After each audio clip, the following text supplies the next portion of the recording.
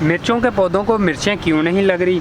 ऊपर से आप देख रहे होंगे ये प्लांट जलना शुरू हो गए हैं गर्मी की वजह से। ये दोबारा से कैसे ठीक हो सकते हैं? कौन सी खादें हम डालेंगे इनको ताकि यही पौधे हमें अच्छी खासी मिर्चें दें? तो चलें वीडियो शुरू करते हैं।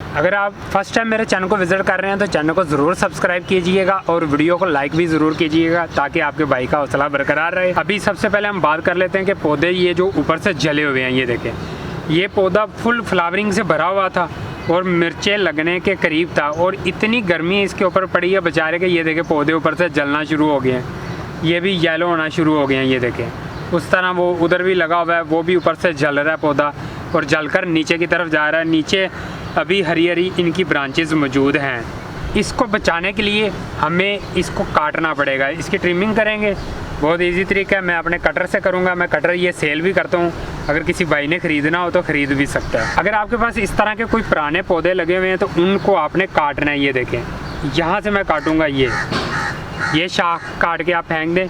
मैं कैमरा नज़दीक करके भी आपको दिखाता हूँ। 2 से 3 इंच नीचे से ऊपर तक आप काट सकते हैं। ये देखें, यहाँ से मैं इसको काट दूँगा इन ब्रांचेस को।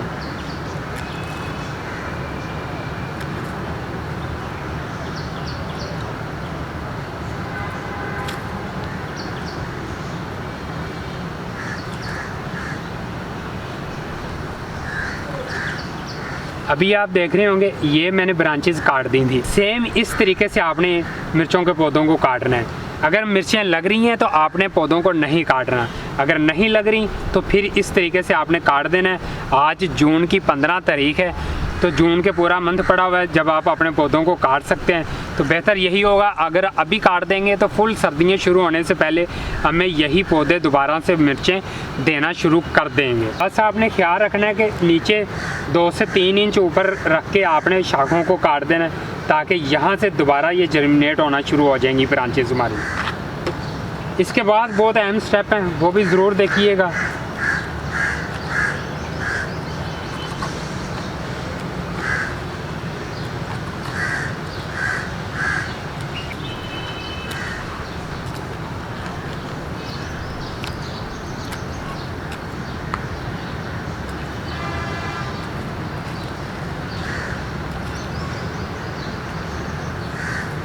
इसके बाद हमारा स्टेप 2 आ गया। स्टेप 2 बहुत अहम है। आपने स्टेप 2 में ऐसा करना है कि पौधों की मेन स्टेम के साथ मट्टी लगानी है। अभी देखें ये पौधे की मेन स्टेम के साथ मैंने मट्टी लगाई हुई है। ये कैसे लगाते हैं, क्यारी के अंदर से मट्टी को लेकर यूँ इसके साथ कर देते हैं ये। और इसका कितना ज़्यादा फ़ायदा है, ये मट्टी को लगाते इसलिए है कि अभी बारिशें जुलाई के अंदर होनी है, जून के अंदर भी शुरू हो जाएंगी बारिशें, तो डायरेक्ट पानी से आपने इन पौधों को बचाना है। मतलब इसकी मेन स्टेम के साथ पानी नहीं खड़े होना चाहिए। मेन स्टेम के साथ आप यूं मट्टी की ढेरी लगा देंगे तो पानी मट्टी की ढेरी की इस साइड पे रहेगा, इस साइड पे। जो बारिश इस ढेरी के ऊपर पड़ेगी उसका इतना ज़्यादा मसला नहीं होगा। ये देखें, जैसे अभी मैं पानी दूँगा तो ये पानी हमारा मेन स्टेम के साथ नहीं लगेगा।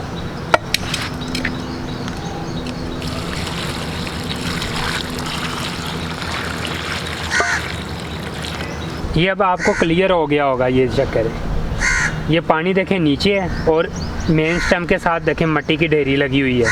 मेन स्टेम के साथ पानी नहीं लगना चाहिए। स्टेप 3 के अंदर हम खाद का इस्तेमाल करेंगे। खाद वो वाली डालेंगे जिससे पौधों का साइज़ भी जल्दी बड़ा होना शुरू हो जाए, पौधों की सेहत भी अच्छी और फ्लावरिंग भी बहुत ज़्यादा आए।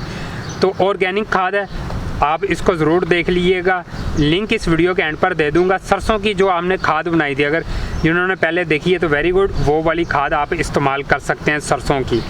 तो सरसों की मैंने खाली इन पौधों को डाली थी तो पौधे हमारे फ्लावरिंग से भर गए थे और जलना क्यों शुरू हो गया कि जून की फुल गर्मी पड़ती रही है बेचारों के ऊपर, सीधा धूप के अंदर लगे हुए थे।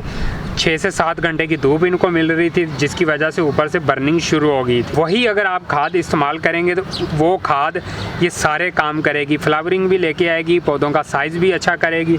स्टेप 4 के अंदर ये हम बात करेंगे कि फंगस बहुत ज़्यादा आएगी मिट्टी के ऊपर। वो कब आएगी? जुलाई के मंथ में। नमी बहुत ज़्यादा हो जाती है हवा में और बारिशें भी हो रही होती हैं वक्फे से, तो उस वजह से ऊपर फंगस आनी शुरू हो जाएगी ग्रीन।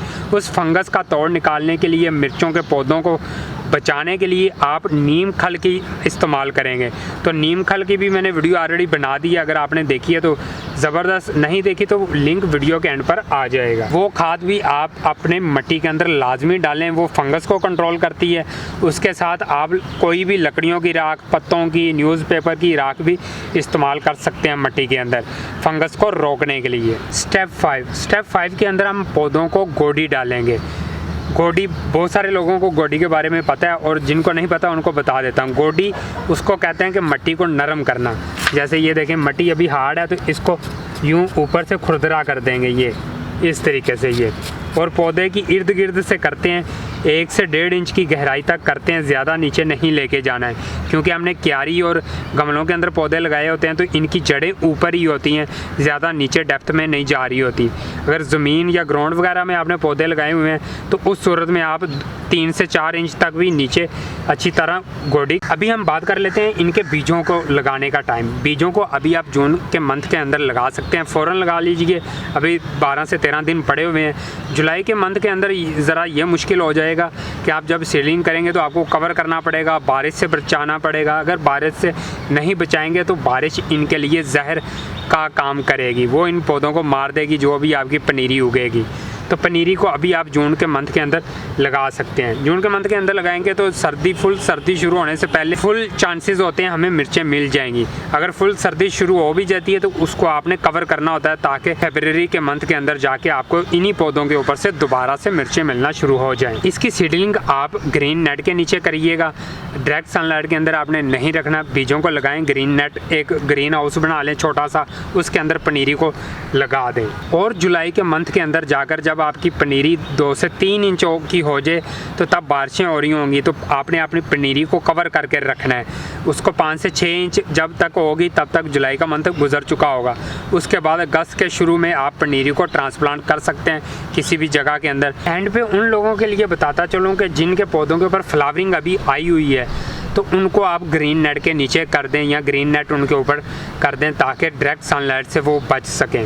रोशनी इन्हें फिर भी पूरे दिन की चाहिए, और ग्रीन नेट लगाएंगे तो ज़रा शेड हो जाएगा इनके ऊपर, तो वो जो आपके फूल निकले होंगे मिर्चों के ऊपर, उनके अंदर से मिर्चें बनने के चांसेस भी ज़्यादा हो जाएंगे, तो इंशाल्लाह आपको मिर्चें भी मिल जाएंगी। अगर अब बर्निंग शुरू हो गई है तो फिर इस तरह से आप पौधों को काट सकते हैं। जब आप काटेंगे तो इंशाल्लाह दोबारा से जर्मिनेट होना शुरू हो जाएंगे और फिर ये भरकर पौधा निकलेगा। बहुत बेशुमार इसकी शाखें भी निकलना शुरू हो जाती हैं। ये मिर्चों के पौधों के बारे में एक छोटी सी वीडियो बनाई थी। उम्मीद है आपको ये वीडियो पसंद आई होगी। तो मिलते हैं नेक्स्ट वीडियो के साथ, नेक्स्ट समझ के साथ। तब तक के लिए अल्लाह हाफिज़, बाय बाय।